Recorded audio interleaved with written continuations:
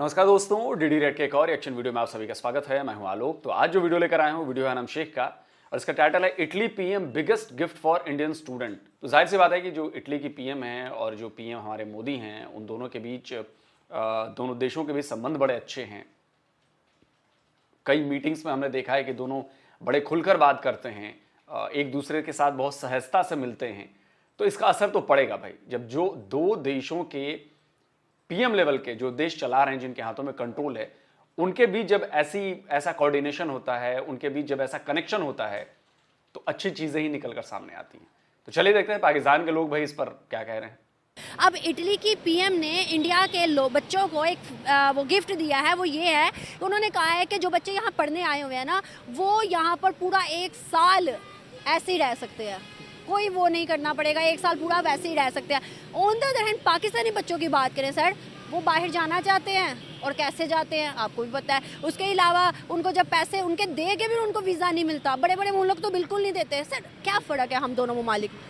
इसलिए कि हमने अपनी जो उसमें बेस है ना, उधर से हट गए हैं और हम हमारे हर आदमी की थिंकिंग है वो ये है कि जैसे चले जाएं और वापस ही ना आएँ। और वो जो लोग हैं ना, वो अपने मुल्क से सिंसियर हैं। तो अगर जाते भी हैं तो वो कुछ ना कुछ करके अपने मुल्क के लिए करते हैं और उधर इंटरेस्ट अपने मुल्क से लेते हैं, उससे अपना लिंक जो है ना वो तोड़ते नहीं हैं। हमारे मुल्क में ऐसा नहीं है। हमारा मुल्क में अगर वो पढ़ा लिखा है या नहीं पढ़ा लिखा, इधर से बहुत से स्टूडेंट जाते हैं यूके में वगैरह में, और उधर जाके स्टूडेंट वीज़े पे जाके उधर काम करते हैं, ये उसमें उधर से वो स्कैप हो जाते हैं और उसके बाद वो पाकिस्तानी स्टूडेंट क्यों ऐसा करते हैं? हिंदुस्तानी भी तो स्टूडेंट है ना, उतनी एज उतना सब कुछ, लेकिन वो नहीं करते। जी, इसलिए कि 80s से पहले वो हमारे बहुत पीछे था इंडिया। 80s के बाद उसमें रेजोल्यूशन आई है और उसमें से उन्होंने अच्छा, कृपया जो भी पाकिस्तानी ये कहते हैं कि 80s से बहुत पीछे था इंडिया, कृपया जरा ये बताएं कि किन किन जगहों पर पीछे था।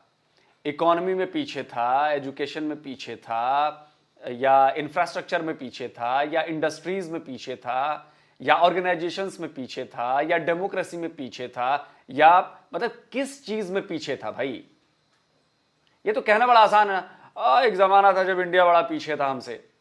अबे तुम निकले हो इंडिया से, हमारे में से ही निकले हो, और तुम कहते हो कि हम तुमसे पीछे थे। ये सुनने में अजीब बात नहीं लगती? तुम्हारा फॉरेक्स रिजर्व बहुत ज्यादा हो गया था, तुम्हारे पास तेल के भंडार निकल गए थे, या तुमने कोई कंपनी खड़ी कर दी थी, एक टाटा बिरला महिंद्रा जैसी कंपनी बता दो, अंबानी जैसी कंपनी बता दो, या तुमने आईआईटीज खोल लिए थे, उनमें तुम बहुत आगे थे, तुमने हमसे बढ़िया यूनिवर्सिटीज खोल दी थी, तुम उसमें आगे थे। अरे किस चीज में आगे थे यार? हवाई बातें बनाने में आगे हो, झूठ बोलने में आगे हो, प्रोपेगेंडा करने में आगे हो। यह बात सही है। बहुत सारी उनके मुल्क में उन्होंने बहुत बूस्ट किया है। हमारे मुल्क वो बूस्ट की बजाय हम डिक्लाइन की तरफ चले गए हैं, और इसलिए उनको पता है कि हम उधर जाके करेंगे क्या, कि पाकिस्तान में करेंगे अपॉर्चुनिटी कोई नहीं है, बिजनेस नहीं है, जॉब नहीं है, मल्टीनेशनल कंपनियों को इंटरेस्ट नहीं है, इन्वेस्टर है वो भाग गया, जो आया भाग गया, जो आने को तैयार नहीं है। तो इसलिए उनके मुल्क में अभी भी अपॉर्चुनिटी है। पाकिस्तान को किसने बर्बाद किया? मतलब हालात ऐसे किसने किए? हमारे पॉलिटिशियन। और वहाँ पे किसने संवारा मुल्क को, इंडिया को? उनके पॉलिटिशियन ने। क्या फ़र्क है दोनों पॉलिटिशियन? वो पॉलिटिशियन उनके वो अपनी पब्लिक में रहते हैं, वो पब्लिक से के लिए काम करते हैं और उन्हीं में रहते हैं। हमारे पब्लिक को उनका ट्रस्ट नहीं है, अपना फ़ायदा उठाए, जब किया एंजॉय किया, चिल किया, भागे। देखिए ना, वो हिंदू हैं और हम मुस्लिम। इसमें हिंदू मुस्लिम, हम हिंदू मुस्लिम ही तो करते हैं 76 सालों से कि इंडिया काफिर है, इंडिया नॉन मुस्लिम है, हमारा उनसे मुकाबला नहीं है। इस बात में आपका कल्चरल प्रॉब्लम है, उसमें रिलीजियस प्रॉब्लम ही नहीं है। तो हमारे हुक्मरान रिलीजन को क्यों डिस्कस करते हैं? हमेशा हर चीज़ में मुस्लिम मुस्लिम मुस्लिम क्यों ले आते हैं? आपको नहीं लगता इकोनॉमी फैक्टर है? इकोनॉमी पे काम करो, हिंदू और मुस्लिम वो तरक्की करेगा। हाँ ना, बिल्कुल। मुस्लिम हिंदू का लिंक ही नहीं है इसमें। हमारे भी क्रिश्चियन है, हमारे भी हिंदू है, हमारे भी सारे इधर कम्युनिटी हैं, लेकिन वो इसमें है ही नहीं। ये सिर्फ पॉलिटिकल प्रॉब्लम है। वहाँ पर देखना, सेकंड बड़ी जो पॉपुलेशन है वो मुसलमानों की है, और हमें हर एक फील्ड के अंदर, हर एक सेक्टर के अंदर हमें मुसलमान नज़र आते हैं, लेकिन यहाँ पर जो हिंदू है, क्रिश्चियन है, हमें उस लेवल पर नहीं नज़र आते। क्यों? नहीं, इसलिए कि जो उत्तर पाकिस्तानी मुस्लिम की जो उसमें रेशो है ना, वो बहुत ज़्यादा है। यानी वो मोर सेकंड पॉपुलेशन। पाकिस्तान से ज़्यादा पॉपुलेशन मुस्लिम्स है। हमारे हिंदू तो बहुत माइनॉरिटी में है ना, सम थाउजेंड या 100,000 होंगे सिर्फ, तो इसलिए वो उनकी अपॉर्चुनिटी नहीं है। आपके सिंध के अलावा किधर है हमारे इधर हिंदू, कोई है ही नहीं है। 1947 के बाद 27% थे, अब खत्म हुए हैं। कहाँ गए? नहीं ख़त्म नहीं हुए, मतलब 1% हो गया हाँ सर। जी हाँ जी, वो इसलिए कि वो कुछ तो कन्वर्ट हो गए हैं।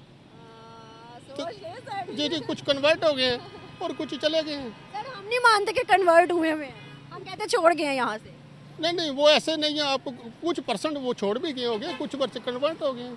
लेकिन मुसलमान की जितनी तादाद थी आज हिंदुस्तान में उससे बढ़ी है, कम नहीं हुई। क्यों?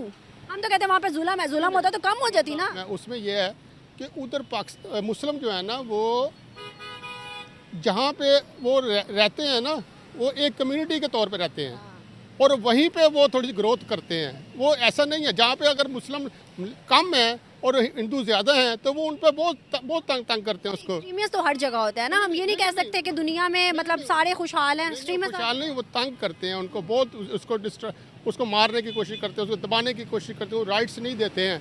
लेकिन जहाँ पे मुस्लिम कौन से राइट्स नहीं देते हैं? और यहां पर उल्टा होता है, जहां पर मुस्लिम कम्युनिटी ज्यादा है वहां हिंदुओं के लिए दिक्कत हो जाती है। भाई कैसी बात कर रहे हैं आप? और कौन से राइट्स नहीं है यहां देश के मुसलमानों को? यार कौन से ऐसे राइट्स हैं जो मेरे पास हैं और उनके पास नहीं है? इस देश में हर किसी को एक जैसे राइट्स हैं, जो बेसिक राइट्स हैं वो सेम है। दूसरे राइट्स की बात करूंगा तो हिंदुओं के पास कम राइट्स हैं, दूसरों के पास ज्यादा राइट्स हैं। समझे?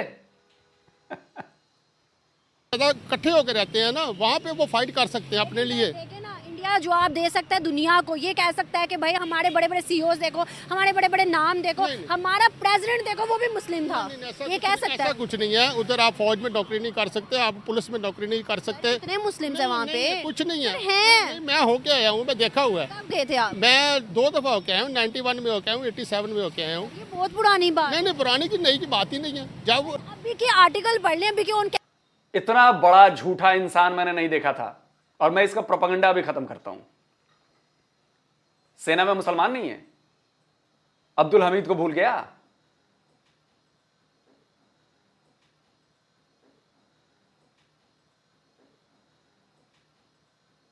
नौशेरा के शेर को भूल गया तू? ब्रिगेडियर उस्मान कौन थे भाई? कौन थे? और मैं तुझे अभी गिना सकता हूं कितने सारे मुसलमान हैं। ये नसरुद्दीन शाह को तो जानता होगा, बहुत बड़े एक्टर हैं, बहुत बड़े एक्टर हैं। जानता है? नहीं जानता तो सुन ले, पढ़ लियो, ढूंढ लियो। उनके भाई हैं जमरुद्दीन शाह, लेफ्टिनेंट जनरल के रैंक से रिटायर हुए। तुझे पता है लेफ्टिनेंट जनरल की रैंक क्या होती है? आर्मी चीफ के बाद सेकंड रैंक होती है, सेकंड रैंक है। और छोड़, लेफ्टिनेंट जनरल सैयद अता हसनैन, जाके पढ़ ले उनके बारे में। उनकी बात सुनवाता हूं मैं। तुम्हारे जैसे चपड़ गंजुओं के लिए थी वो बात। उन्होंने ही कही थी कि जब 47 में बंटवारा हुआ तो उनके फादर भी फौज में थे, अफसर थे। और जब उनसे कहा गया कि जी मुसलमानों के लिए देश बन रहा है पाकिस्तान, क्या आप जाएंगे वहां पे? जाइए आप वहां पे। उन्होंने क्या जवाब दिया था, ये मैं तुझे लेफ्टिनेंट जनरल सैयद अता हसनैन की जबानी सुनवाता हूं, सुन। मेरे पिताजी जनरल सैयद मेहदी हसनैन उस वक्त कैप्टन जब आर्मी के अंदर आए थे तो फर्स्ट गढ़वाल राइफल्स में आए, और लाहौर के स्टेशन पे उनके एक कमांडिंग ऑफिसर कर्नल मकलेन, जहाँ तक मुझे याद है उनका नाम, तो वहाँ पर लाहौर में जब इंजन बदलने के लिए रोका स्पेशल ट्रेन को, तो उनके कमांडिंग ऑफिसर ने उनसे पूछा बुलाकर अपने कंपार्टमेंट में कि भाई बंटवारे के अंदर आप क्या चाहेंगे, किसी मुस्लिम यूनिट के साथ, मुस्लिम रेजिमेंट के साथ पाकिस्तान आर्मी में जाने की? तो मैंने पिताजी सुनते रहे, फिर उन्होंने अपना जवाब दिया उनको।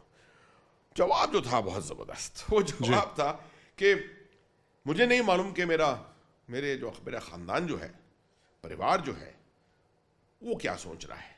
मैंने सोच लिया है, उस देश में नहीं जाना चाहता मैं जो मजहब के ऊपर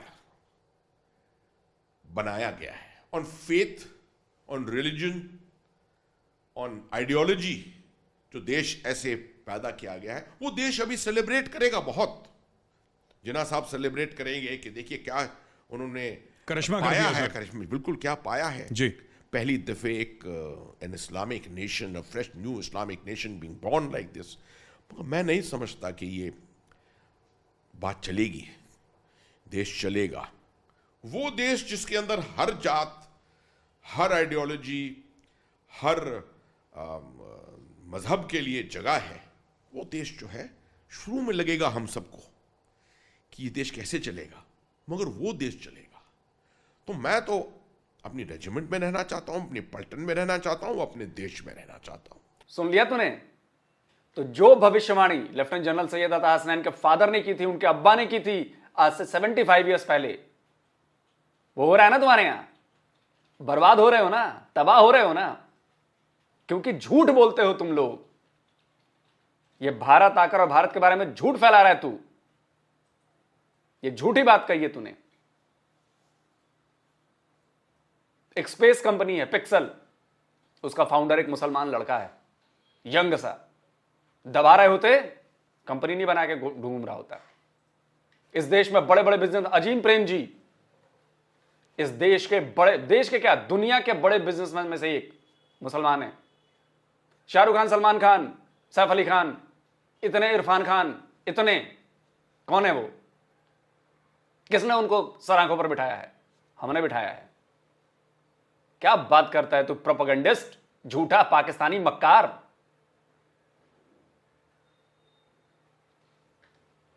तुम लोगों को ऐसी ही भाषा समझ में आती है, इसीलिए ऐसा जवाब देता हूं मैं, क्योंकि तुम लोग इतने मक्कार हो, इतने मक्कार हो कि जरूरत पड़े ना तो बाप को पहचानने से इनकार कर दोगे तुम।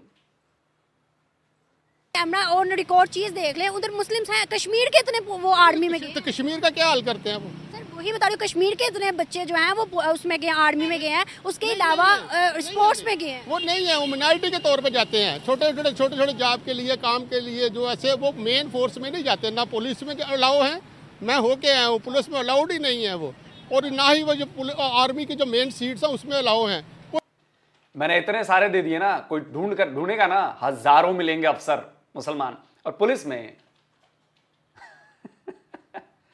छोड़ो, आईबी के चीफ अभी पीएम मोदी ने किया था, आईबी के चीफ मुसलमान थे। आईबी समझ रहा, इंटेलिजेंस ब्यूरो, इस देश में जो इंटरनली इंटेलिजेंस एजेंसी है उसके हेड मुसलमान रहे हैं। पीएम मोदी ने रखा था उनको, पीएम मोदी के रिकमेंडेशन पे आए थे, और बड़े काबिल अफसर। और पुलिस में एक से बढ़कर एक मैं काबिल अफसर गिना दूंगा जो मुसलमान रहे हैं। और जम्मू कश्मीर में बड़े बड़े पुलिस अफसर मुसलमान हैं। किसको उल्लू बना रहा है बे? सोशल मीडिया के जमाने में, इंटरनेट के जमाने में तेरे घर वाले चूरन खा के रहते होंगे ये, और दुनिया अब तुझ पे हंसेगी क्योंकि तेरा प्रोपेगेंडा मैंने खोल दिया। तू भारत आया था, थू है तेरे ऊपर। तो सिर्फ वहाँ छोटी छोटी सीटों के लिए काम, सफाई कर ले, आगे को ये आगे ब्रांड नाम उसके लिए, क्वांटिटी के लिए रखते हैं, दिखाने के लिए, फेस के लिए। और ड्यूल फेस है इंडिया, ये सिंगल फेस नहीं है हमारा, हम सिंगल फेस है। पाकिस्तान अगर उस साइड पे आप जाएंगे तो पाकिस्तान सिंगल फेस है, जो है सामने है वो ड्यूल फेस है। फिर भी आज दुनिया में उनकी इज्जत है, करते कुछ और हैं। आज फिर भी दुनिया में उनकी इज्जत है। क्यों? इज्जत तो सिर्फ पॉलिटिशियन की वजह से है, उन्होंने तरक्की की है। हमारे 1 रुपए के बराबर है, उनका 1 रुपया था, हमारे 1 रुपए के 4 रुपये हो गए। क्यों हो गए हैं? दुनिया के सारे इन्वेस्टर उधर आने को तैयार है, पाकिस्तान में आने को तैयार ही नहीं है। तो ये पॉलिटिकल प्रॉब्लम है ना, रिलीजियस प्रॉब्लम थोड़ी है। सही बात है जी। देखिए ना, हम अगर कहें कि भाई जुल्म है, हम अगर बोलते भी रहे हमारी इकोनॉमी नहीं अच्छी हुई, हमारे बोलने का क्या फ़ायदा? उन्होंने अपनी इकोनॉमी बेहतर किया, वो जुल्म करे, उनको अच्छे से रखे, उनको पैसा दे, उनको पैसा ना दे, दुनिया उनकी मान रही है, सुन रही है, इकोनॉमी है। उन्होंने अपनी बेस बना ली है ना, आप जैसे मर्जी फ्लाई करें, हमारी बेस ही कोई नहीं है। उनकी बेस बनी हुई है, जैसे मर्जी करें चले वो। मुकाबला तो नहीं ना कर सकते इंडिया का भी। नहीं कर सकते हैं, इसलिए कि जो जज्बा हमारे में है अभी तक वो नहीं टूटा। तो जंगों में नजर आता है ना। गाइडलाइन 93,000 तेरे कौन से जज्बे वाले थे बे? अबे नालायकों, 93,000 की पैंट उतरी थी, भूल जाते हो। अबे कैसे ये जख्म तुम लोग भूल जाते हो यार, याद ही नहीं आता। ओ याद नहीं करना चाहते, लेकिन क्या करें, दुनिया तो याद करती है। दुनिया तो याद करती है, दुनिया तो बताती है कि बड़ी बड़ी शेखियां मत बघारो, 93,000 की पैंट उतारी थी, भूलो मत, ज्यादा दिन नहीं हुए हैं। 52 साल ही हुए हैं 71 को। जज्बा है, पता नहीं कहां घुसा हुआ है जज्बा। नहीं है, गाइड करने वाले नहीं है, जज्बा नहीं है कौम का। एज ए कौम हमारी जज्बा उससे 1000 गुना ज़्यादा है। वो क्यों डरते हैं हमसे?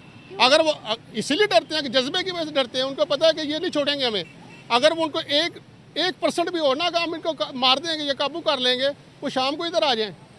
जी सर 4 जंगें हुई थी, कौन लेकिन कितने बड़े नालायक हो बे, कश्मीर का 1 इंच ना ले पाए, है ना।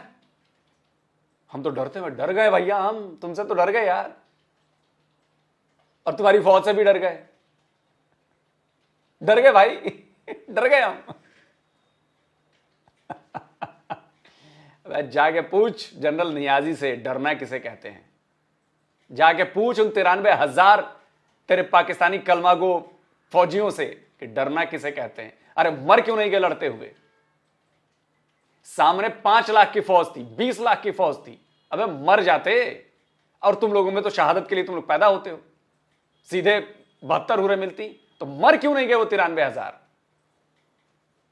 खौफ कहते हैं उसे, खौफ, जो डर था तुम लोगों के अंदर, समझे। अपनी ही भद पिटवाते हो, अपने ही रिलीजन की भद पिटवाते हो, और अपना ही प्रोपेगेंडा एक्सपोज करते हो खुद, ऐसी ऐसी बातें बोलकर। क्योंकि बोलने में तो कुछ जाता नहीं है, लेकिन हकीकत तो कुछ और है भाई। हकीकत तो 93,000 है। तो 93,000 पतलूने हैं जिनकी चर्चा आजकल अफगानिस्तान वाले भी कर रहे हैं। वो तालिबान के कमांडर भी कर रहे हैं चर्चा कि पाकिस्तान को लगता है 71 वाले 93,000 पतलून याद दिलानी पड़ेगी और बांग्लादेश में पड़े जाकर ले आओ। ऐसे लोगों की बातें सुनने में बड़ा मजा आता है यार, मुझे बहुत। जीता और कौन हारा? जंगे तो फिर हमारी सारी पॉलिटिकली हारे हैं, पॉलिटिशियन हारे हैं। सर इंडिया तो यही कहता है ना कि भाई अगर तुम लोगों में इतना जज्बा तो 4 जंगे क्यों हारे? अब लड़ तुम्हारे पॉलिटिशियन रहे थे कि तुम्हारी फौज लड़ रही थी? कौन लड़ रहा था? किसको चूरन दे रहे हो बे?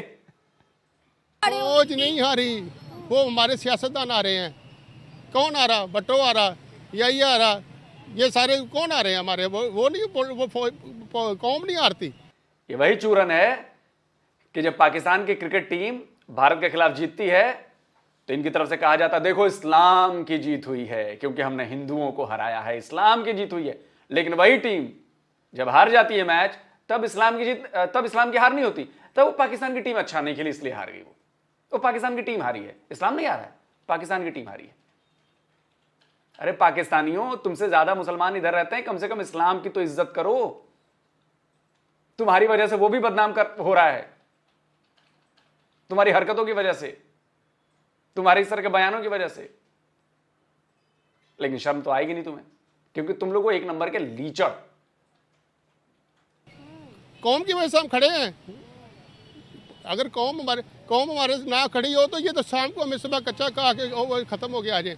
और आगे थे ना, हम जेम खाने में चाय पियेंगे जाके, तो फिर पी चाय उन्होंने नहीं पी ना, कौम की वजह से। पब्लिक लड़ी थी, फौज नहीं लड़ी थी उस वक्त भी। ये कौम उजागर होके पाकिस्तान का आज दुनिया में सिक्का चला सकती है? बिल्कुल चला सकती है। किसी वक्त इनको अच्छा लीडर मिल जाएगा, ये ऊपर जाएंगे। सही बात है। Hope for the best. Thank you so much sir. इसकी 2-3 वजूहत है मेरे ख्याल से। जो इसकी सबसे बड़ी वजूहत है वो ये है कि जो पाकिस्तान के रिलेशन है अदर कंट्री के साथ, वो इतने अच्छे नहीं हैं। जो मुल्क इस वक्त हालात हैं, यहाँ की आप सिचुएशन देखें तो इधर कोई भी बंदा जो है वो यहाँ पे रहना पसंद नहीं करेगा। हर एक की यही ख्वाहिश होगी कि मैं बाहर जाऊँ, लेकिन जो बाहर की अपॉर्चुनिटीज़ हैं वो भी नहीं मिल रही उसको, उस हवाले से। तो इसलिए कि इसका बेहतरीन हल ये है, जैसे अब ये इलेक्शन आ रहे हैं, एक तो ये साफ़ शफाफ होने चाहिए, जो कि हमें होते हुए नज़र नहीं आ रहे। ठीक है, वो जैसे ही साफ़ शफाफ होंगे, जहाँ एक मुंतखब हुकूमत आएगी तो उसके बाद ही जो हमारे मुल्क के कुछ हालात हैं वो स्टेबल होते हुए मुझे नज़र आएंगे। 76 सालों से तो वैसे हुए नहीं, हुकूमतें आती भी रही जाती भी रही, लेकिन 76 सालों से वैसे नहीं हुए। 76 सालों से इंडिया का सिक्का दुनिया में चलने लग गया है कि आज उनके पीएम की भी रिस्पेक्ट, उनके बच्चों की भी रिस्पेक्ट, उनके यूथ की, सबकी रिस्पेक्ट। सर क्यों?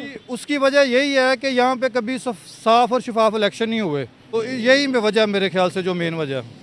अगर हम देखें, हमने कहा हमारे पड़ोसियों के साथ ताल्लुकात बेहतर नहीं है, सर क्या वजूहात है कि हम तो मुसलमानों को, मुस्लिम कंट्रीज़ को अपना बायां और दायां हाथ कहते थे, आप कह रहे हैं कि उनके साथ अच्छे ताल्लुकात नहीं है, क्यों नहीं बना सके हम? हमारे में क्या ऐसी कमी है जो हम उनके साथ ताल्लुक ही नहीं बना सके? हमारे में जो सबसे बड़ी कमी है मेरे ख्याल से तो वो ये है कि हम ना सेल्फिश हैं। ठीक, हम अपने बारे में सोचते हैं। अब देखें आप दुनिया में मुसलमानों को क्या हालात हैं इस वक्त। अब अफ़गानिस्तान है, उसको कितने साल हो गया मेरे ख्याल से जब तालिबान की हुकूमत आई और अमेरिका गया और दूसरी हुकूमत का खात्मा। अब देखें वो कहाँ पे चला गया, उधर इंडस्ट्रियाँ लग रही हैं, तो इधर देखें उनकी करेंसी हमारे से भारी है। बांग्लादेश हमसे ऊपर चला गया। बांग्लादेश तो चलो पुरानी बात है ना, वो ऊपर चला गया तो उनकी करेंसी हमारे से भारी है। सेल्फिश नहीं हो बे, मक्कार हो, धूर्त हो, लालची हो, बेईमान हो, सब हो। की मंडी है, चाइना उसकी मंडी है, पता नहीं और कितने हैं, कोई हमें अंदाजा ही नहीं है। मतलब उसका पूरी दुनिया पे असर रसूख है। सर देखिए ना, उन्होंने ऐसा बनाया, ऐसा है तो नहीं था ना। 1960s की बात करें तो हम कहते हैं हम उनसे ऊपर थे, हम कहते हैं हम ऐसे थे। अब उन्होंने बनाया। रिवर्स गियर चल रहा है ना हमारा, तो हमने अभी इससे भी पीछे जाना है। अल्लाह ना करे सर, क्यों जाना है और क्यों हुए हैं? आप देख लीजिए जिस तरह के हालात हैं। आपको इस मुल्क में क्या लगता है? मुझे तो ऐसा लगता है कि इस मुल्क को जिस मुश्किलों से हमने पाया था, उतनी उससे ज़्यादा मेहनत से हम गंवाने की कोशिश कर रहे हैं। जिस तरह के हालात मुल्क में पैदा किए जा रहे हैं, आपको नहीं लगता मेहनत तो हमने की थी, जाने तो हमारी गई थी, लेकिन हमें एक प्लेट में मिला था, शायद इस वजह से हमें कदर नहीं है पाकिस्तान की। कह सकते हैं आप।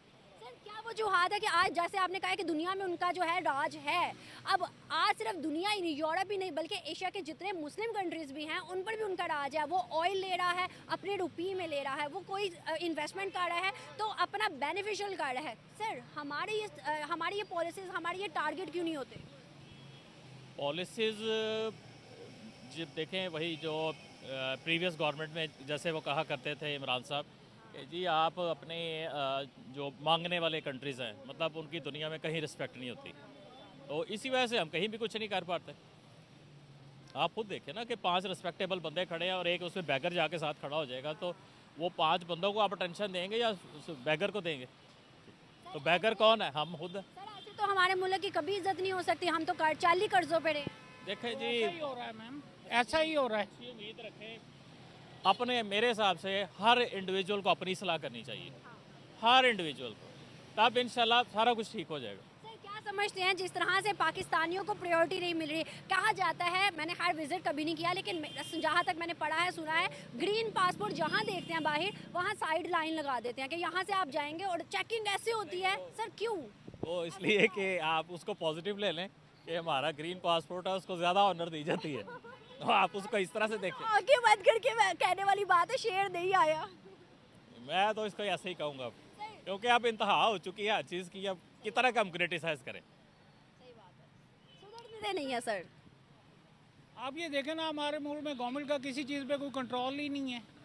इवन एक छोटी सी चीज़ है प्राइस चेकिंग, हमारे मुल्क में किसी लेवल पे भी प्राइस चेकिंग नहीं है। गवर्नमेंट के इदारे क्या कर रही हैं?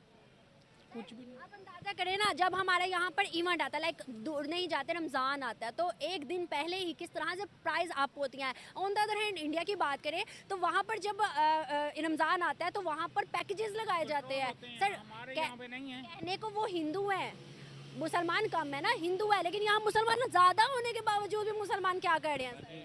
2 years ago मैंने आई वॉच ऑन टीवी कि प्यूटन रशिया का जो है, वहाँ पे मुसलमानों के लिए एक मेज़ की तरह के बड़े बड़े स्टॉल लगाए गए, टेबल्स थी, और उनके ऊपर बेहिसाब राशन रखा गया, और वहाँ पे जिसको जो चाहिए था वो लेके जा रहा था। और मज़े की बात है, बंदा कोई भी नहीं था लेके जाने वाला। और सर देखिए वहाँ पर ये भी नहीं था कि भाई एक ही खानदान पूरा सारा कुछ कर ले। यहाँ पे तो इतनी भूख है सर, इतनी गुर्बत है। सर इस गुर्बत को हम कम कैसे कर सकते हैं? कैसे हम इंडिया का, अमेरिका का या चाइना का मुकाबला करें? पाकिस्तान में जितना भी टैक्स है वो सारा अशराफिया पे लगता है। गरीबों से लेके अमीरों से लेके दूसरे कंट्रीज़ में तरक्की याफ्ता जो है, गरीबों पर लगाने के लिए यहाँ पर अमीर का गला काट के उसके टुकड़े करके श्रेड करके उसको अमीरों की अयाशी के लिए सामान पैदा किया जाता है।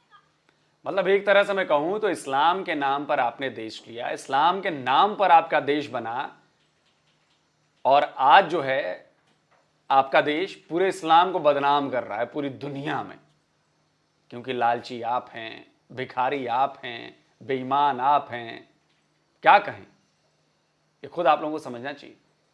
खैर देखिए, भारत की बढ़ती ताकत हो या भारत की बढ़ती लोकप्रियता हो, इसमें भारत का और भारतीयों का बहुत बड़ा रोल है। भारत का इसलिए कह रहा हूं कि भारत की पॉलिसीज का, और भारतीयों का इसलिए कह रहा हूं कि वो भारत की पहचान है जो बाहर में जाकर बनाते हैं। उनका बिहेवियर अच्छा है, वो दूसरी कम्युनिटी को हेल्प करते हैं, वो दूसरी कम्युनिटी को कब्जा करने की नीयत से नहीं जाते, वो दूसरी कम्युनिटी में क्राइम नहीं फैलाते, वो उस कम्युनिटी को जाकर उनके साथ घुल मिलकर उनके भले के लिए काम करते हैं। इसलिए सारी दुनिया समझ गई है कि भारतीय जो हैं कैसे हैं। उल्टा पाकिस्तानी 1000 क्रिमिनल माइंड हैं, जाके टेरर प्लॉटिंग करेंगे, वहां के लड़कियों को छेड़ेंगे, उनको कत्ल कर देंगे, बैठ के फ्री में खाएंगे, सरकारी बेनिफिट से डॉलर भरेंगे, 8-8 बच्चे पैदा करेंगे कि और ज्यादा बेनिफिट मिले, काम ना करना पड़े। तो भाई आज नहीं तो कल आपकी पहचान तो एक्सपोज हो जानी है ना। वो पहचान एक्सपोज हो गई, अब धीरे धीरे पिछले 75 सालों में एक्सपोज हो गई इतनी कि अब वो दोबारा ढांपी नहीं जा सकती। पहले तो फटा हुआ कपड़ा ही उससे ढांक रहे थे, अब तो कपड़ा ही नहीं रहा, तो अब पूरी तरह नंगे हो चुके हैं। प्रॉब्लम ये है। और भारतीय जहां गए हैं उन्होंने अपनी मेहनत से, अपने व्यवहार से सामने वाले का दिल जीता है, सामने वाले का भरोसा जीता है। आपने दोनों काम उल्टे किए हैं, यह बहुत बड़ा फर्क है। बाकी जो ऊपर वाले भाई थे उन्होंने बढ़िया एंटरटेनमेंट किया ना आप लोगों का, तो ऐसे लोगों का एंटरटेनमेंट होता रहना चाहिए। ऐसे लोग सामने आते, इससे सामने आने से लगता नहीं कि नहीं यार, हाँ हमें यह भरोसा होता है कि यार पाकिस्तान को अलग करके हमने बहुत बढ़िया काम किया है। इन जैसे लोगों को देखने के बाद यही फील होता है, ये भरोसा हो जाता है कि नहीं यार सही किया हम लोग, पाकिस्तान को हमने अलग कर दिया। और अब लगता है कि नहीं यार ज्यादा कुछ करने की जरूरत नहीं, ये लोग हैं, यही काफी हैं पाकिस्तान को का बेड़ा गर्क करने के लिए। ऐसे लोग रहेंगे, पाकिस्तान यूं ही डूबता रहेगा। तो भाई ज्यादा से ज्यादा पाकिस्तानी ऐसा बने, हम तो यही चाहते हैं। जल्दी मिलता हूं एक और नए वीडियो के साथ। कमेंट करके जरूर बताइए उन भाई साहब के बारे में। नमस्कार, जय हिंद।